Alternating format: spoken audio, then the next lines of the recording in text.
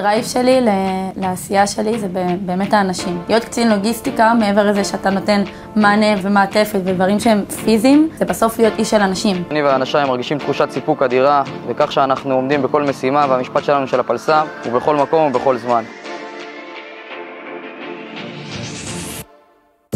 שנה זה ממש חיזקה לי את המשמעות של למה אני פה. היא מביאה להם שקט נפשי גם להם וגם להורים שנמצאים ודואגים בבית. וזה בעצם הדאגה בסוף לחיילים, לדאוג להם ולראות שלא חסר להם כלום, גם בפנים וגם בחוץ. הרבה לוגיסטיקה, הרבה חשיבה, הרבה הגעה לפרטים, איך להגיע לכל חייל וחייל, לדאוג לו שלא יהיה לו חסר לו בתחום המזון ובתחום הפרט בכלל. בעזה עברנו מלא צקחים, כל פעם להתאים את עצמך לצקח מחדש, להתאים את העבודה לאנשים חדשים. מבצעים לוגיסטיים מורכבים שביצענו יחד עם כמובן הנהגים ממחלקת הרכב והמפקדים בפלוגות ואנשי הטנא ואנשי התקשוב בנהיגה חשוכה עם אמרלים, קילומטרים ארוכים, בצירים מורכבים, תחת אש, הכל בשביל בסוף לתספק את הכוחות בשטח. שנכנסים בלילה חשוך, אחרי סטיק לייט, ללב של חאן יונס כדי להגיע בסופו של דבר לוחם האחרון, לתת לו את הסולר שהוא צריך, את המים שהוא צריך, את האוכל שהוא צריך, כל המעטפת. כל הפלס"ם וכל מערך הסיוע המינהלתי בשיתוף עם הטנא, בכל מה שקשור כדי לאפשר לגדוד להמשיך להילחם ולעשות את זה בצורה הכי טובה שאפשר.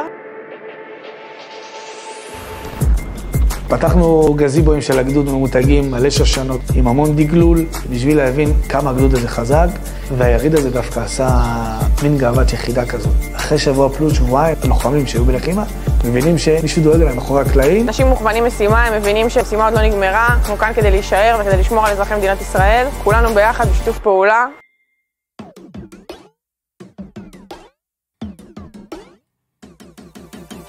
אתה נכנס למבצע הלוגיסטי ואתה רואה את הנהגים, את המפקדים, את הנגדים, שלא מוותרים.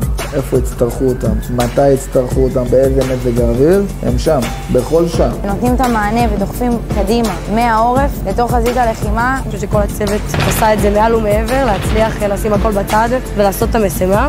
בשבילי להיות פרמדיקית בחטיבה 7, זה קודם כל להיות שם בשביל המדינה שלי. נכנסנו כל הנגדים עם הנמר חילוץ, חילצנו טנקים בתוך לבנון, בתוך עזה. לעשות כל משימה. חטיבה 7 דורשת מאיתנו לבצע משימות בשטח אוהב, לפנות פצועים, לפנות כלים פגועים, וכל מה שידרש מאיתנו, חטיבה 7 תנצח ותעמוד במשימה שלה. התחושה בקצה היא תחושה של גאווה מאוד מאוד גדולה. שמגיעים באמצע הלילה בנהיגה חשוכה ויש חששות ומצליחים להביא את הסולר והתחמושת ולטפל בכלים ולדאוג להביא לחיילים את הגרביים ואת הגופיות ואפילו את הסיגריות, ושהחץ הקרבי של חטיבה 7 לא יעצור לעולם, אנחנו תמיד נהיה שם. כל משימה שתאפשר לחטיבה רציפות והמשכיות, הכוחות המסתערים קדימה לא יצטרכו להסתכל לרגע אחד אחורה. ובעצם זה לחשוב תמיד שתי צעדים קדימה. זה לוגיסטיקה. מה הגדוד צריך כדי לתכנן את ההתקפה הבאה וכדי שיהיה לנו כל האמצעים הדרושים בשביל ההתקפה הבאה. בשביל שהמבצע יצא לפועל כמו שצריך והכוחות בשטח לא יצטרכו להתעסק בדברים שהם לא אמורים להתעסק בהם. אנחנו פה עם כל המחלקה, נגדים וחיילים, מטפלים בכלים לפני הכניסה שלנו. פה לרשותם, בכל דבר, במה שהם צריכים, גם בחוץ, גם בפנים, ועד הניצחון. התרגשתי מאוד לראות את הכוחות בשטח, את זה שכולם רתומים כדי להצליח בלחימה. ואנחנו רואים את זה בכל יום בלחימה, ואני שמח שאני עובד עם האנשים האלה. כולם מקצועיים, כולם רתומים, כולם מאמינים, ורוח החטיבה נמצאת בכל מקום, בכל צורה. וזה לא משנה אם אתה המח"ט או אם אתה אחרון החיילים, כולם מאמינים ועובדים לניצחון. ואני אומר להם, חבר'ה, זאת המשימה שלנו. ואת זה אנחנו צריכים לעשות.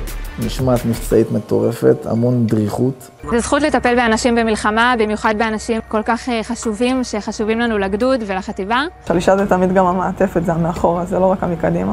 עכשיו רואים את כל העוצמה שיש בחטיבה 7. זה משהו שתמיד מדברים עליו. פה ברגע האמת, פתאום אפשר לראות את העוצמות והכוח שיש בחטיבה.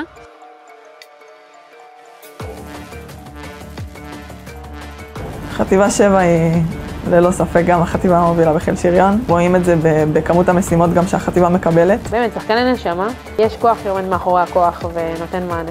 וזה אנשים שבסוף עושים את העבודה השקטה. וזה כל מי שיושב כאן באולם. ישבתי בהאמר, קראתי את הפרקי תהילים שקוראים בדרך כלל בהלוויה. הטנק מה הוא שווה בלי הדלק, בלי התחמושת ובלי הנשק שלו.